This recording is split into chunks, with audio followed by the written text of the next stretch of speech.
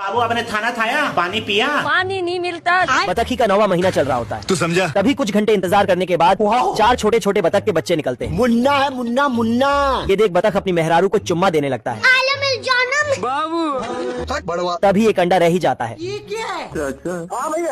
अबे किधर है बे? और इस अंडे में से हंस का बच्चा निकलता है। दोस्तों नहीं सारुण के यहाँ कुछ तो गड़बड़ है। धोखा दिया ना तुमने, मुझे धोखा दिया। ये देख बतख अपनी मेहरारू पे शक करने लगता है। हम संतोष पागल नहीं। तभी दोनों आपस में लड़ाई करने लगते हैं। अरे पप्पा रे बियाई गई। बतखी अपने चारों बच्चों के साथ तैर रही और 5वें को मारकर वहाँ से भगा देती है। सब गुस्सा करते मैं घर छोड़ के जा रहा हूँ। तभी छोटा हंस चिड़ियों के घोंसले में जाकर बैठ जाता है और सबका चारा अकेला ही गटक जाता है। आजा आजा।